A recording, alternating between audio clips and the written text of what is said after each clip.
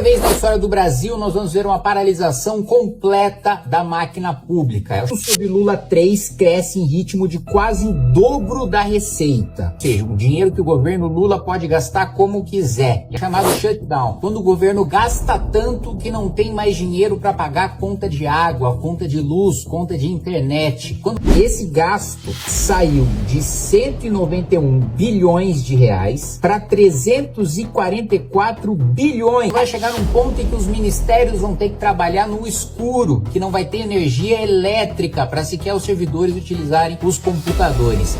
Praticamente quase dobrando o que se gastou. É o cenário que eu venho alertando há algum tempo, que inclusive, eu citei quando apresentei a PEC do equilíbrio fiscal. Nós já temos um aumento, e eu tenho falado isso há algum tempo, o aumento da despesa obrigatória, aquela que decorre da Constituição. Agora, o próprio governo mandou um projeto de lei de diretriz orçamentária dizendo que sim, está vendo que o colapso da máquina pública vai acontecer e em 2027 vai ultrapassar 100%. O disparo no aumento dos gastos do governo. Os gastos, assim, aumentam num ritmo ainda mais assustador. Sei lá, 24 assessores da Janja lá para, nem sei mais se é Japão, Paris, Roma, tudo quanto é lugar, para ela ficar fazendo turismo com o nosso dinheiro. Então, assim, nós veremos um colapso total das contas públicas deste ano para o ano que vem.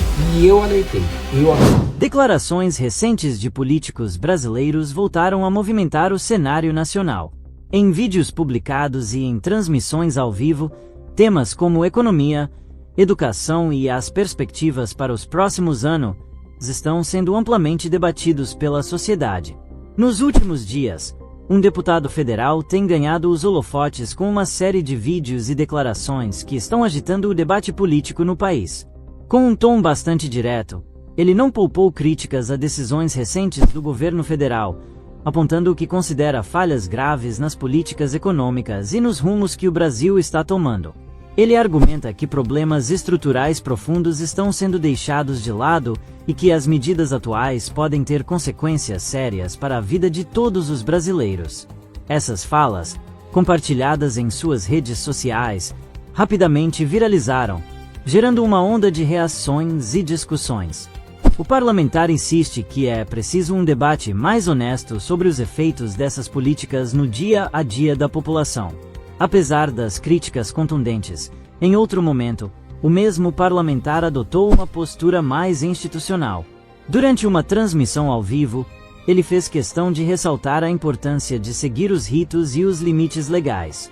Ele defendeu que, independentemente das divergências, os processos democráticos são essenciais para o bom funcionamento da República e que o debate, mesmo que acalorado, precisa acontecer dentro das regras do jogo institucional.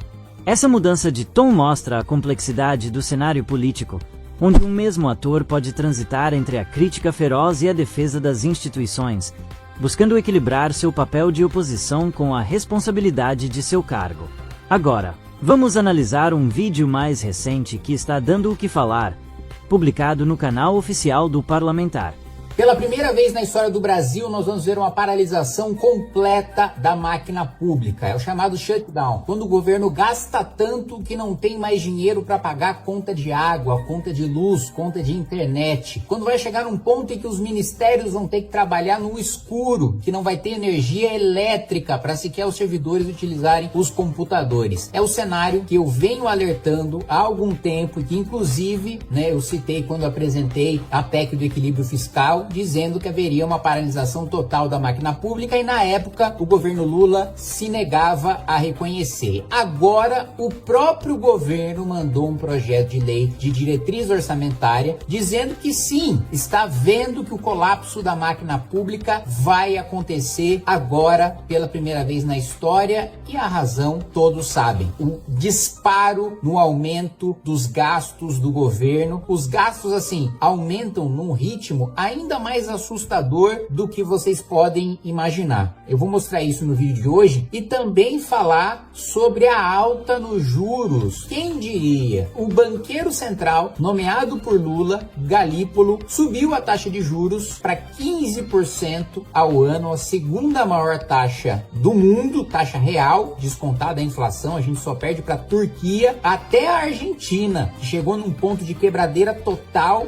em que o Brasil ainda não chegou, está conseguindo se recuperar e tem uma taxa de juros menor do que a taxa do Brasil. Com um título bastante provocativo, ele faz uma análise sombria sobre o futuro político e econômico do país, levantando preocupações e projeções que muitos consideram controversas.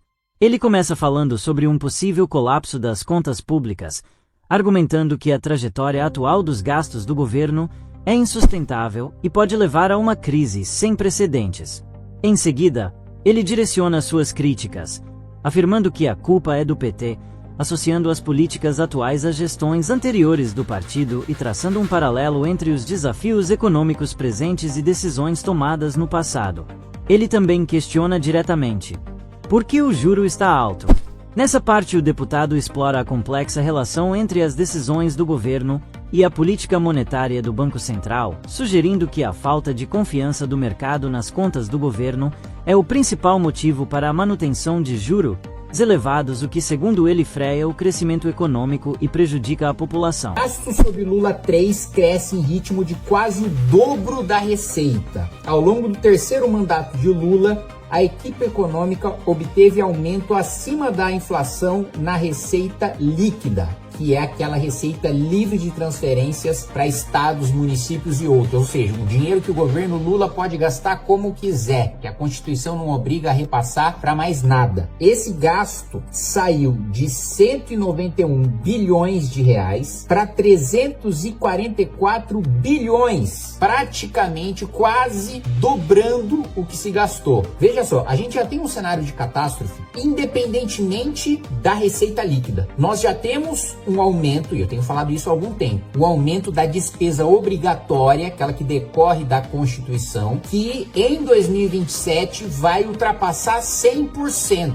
Ou seja, o presidente que assume em 2027, se ele não aprova uma PEC antes mesmo de assumir o cargo, no período entre a eleição dele e após, ele precisa aprovar uma PEC, porque senão, mais do que 100% do orçamento vai ser obrigatório. Ou seja, o presidente da República não vai ter 15 centavos para comprar um chiclete devido a esse legado maldito do governo Lula. Ignorando isso, as despesas crescendo obrigatoriamente, independentemente da vontade do governo, porque lá atrás o governo revogou o teto e colocou essa corda sob o próprio pescoço, revogando o teto de gastos e aprovando o arcabouço fiscal do Haddad, que também obriga a aumentar os gastos, independentemente do cenário econômico do país. Mesmo com receitas livres, nas receitas livres o governo também aumenta o gasto, o que significa aumento de imposto no nosso lombo, porque o governo não vai querer, obviamente, cortar gastos para controlar a trajetória da dívida pública e ter, de fato, dinheiro para fazer investimento em áreas que importam e não para comprar sofá de 200 mil reais no Palácio da Alvorada com um controle remoto para a Janja, ou mesmo de mandar a comitiva de, sei lá, 24 assessores da Janja lá para, nem sei mais se é Japão, Paris, Roma, tudo quanto é lugar, para ela ficar fazendo turismo com o nosso dinheiro. Então, assim, nós veremos um colapso total das contas públicas deste ano para o ano que vem. E eu alertei, eu avisei. Por fim,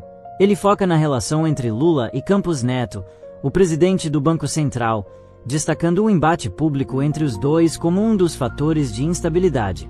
Ele sugere que essa disputa de narrativas entre o poder executivo e a autoridade monetária cria incertezas que acabam custando caro para o país, alimentando um ciclo de desconfiança e estagnação econômica. Analisando jornalisticamente, esses vídeos estão gerando tanta repercussão porque trazem mensagens muito fortes e diretas sobre temas extremamente sensíveis para a população, como a economia, o futuro do emprego e a estabilidade política. Em um contexto de alta polarização como o que vivemos no Brasil, conteúdos com essa carga emocional e com projeções tão drásticas tendem a se espalhar rapidamente. Eles dividem opiniões de forma clara. De um lado, mobilizam a base de apoiadores do parlamentar, que se sente representada em suas críticas. Do outro, provocam reações imediatas de quem defende o governo ou discorda de suas análises, gerando um debate intenso nas redes sociais e na mídia tradicional. Aí, meus amigos, acabou o amor entre PT e Galípolo, né? Vocês devem se lembrar, e eu vou pedir pro editor colocar aí várias e várias vezes que o Lula falou demonizando o Roberto Campos Neto e dizendo que ele era o responsável pelo tanto que a gente gasta com a nossa dívida, né? Mas é que tem um cidadão no Banco Central, que a gente não sabe quem pôs ele lá, que traz o juros de 13,75. Tem que cuidar do Campos Neto, é o Senado que indicou. Se o cidadão quiser, nem precisa conversar comigo, ele só tem que cumprir a lei que estabeleceu a autonomia do Banco Central. Ele precisa cuidar da política monetária, mas ele precisa cuidar também do emprego, precisa cuidar da inflação, precisa cuidar da renda do povo. Todo mundo sabe que ele não está fazendo, ele está fazendo, não está fazendo. A brasileira eu tenho cobrado dos senadores, foram os senadores que colocaram esse cidadão lá. Então ele tem que ser cobrado, é só isso. Eu acho que esse cidadão joga contra a economia brasileira. Ele não tem explicação, não existe explicação aceitável porque a taxa de juros está 13,75. Não existe. Um país do tamanho do Brasil, com inflação de 4%, o juro não precisava estar na altura que está. Acontece que esse rapaz que está no Banco Central, me parece que ele, não sei do que ele entende, mas ele não entende de Brasil e não entende de povo. Ele só tem uma lógica. É uma estratégia de comunicação que busca engajamento através da polêmica e da apresentação de um cenário de crise iminente. E essa repercussão é visível nas plataformas digitais. Os comentários nas publicações mostram um engajamento altíssimo, com uma clara divisão entre apoiadores e críticos. Muitos internautas endossam as críticas ao governo, compartilhando os vídeos e reforçando os argumentos sobre o risco de um colapso econômico. Eles veem nas falas do deputado uma voz de alerta necessária. Por outro lado, há um número igualmente expressivo de pessoas que questionam as projeções feitas, acusando o parlamentar de alarmismo e de distorcer dados para fins políticos. Esses usuários defendem as ações do governo e apontam para indicadores que, segundo eles, mostram um cenário mais otimista. Esse embate de narrativas transforma as redes sociais em um verdadeiro campo de batalha de informações e opiniões sobre o futuro do Brasil. Como podemos ver, o debate político segue sendo um dos temas mais quentes no Brasil. As falas recentes desse e de outros parlamentares continuam a ecoar, gerando discussões acaloradas entre políticos, analistas, claro, entre todos os cidadãos. É um cenário dinâmico, que muda a cada dia e que define os rumos do nosso país. Para não perder nenhuma atualização sobre esse e outros assuntos importantes que estão em evidência, não se esqueça de se inscrever aqui no canal e ativar o sininho de notificações. Assim, você fica por dentro de tudo em primeira mão. Muito obrigado por acompanhar e até a próxima!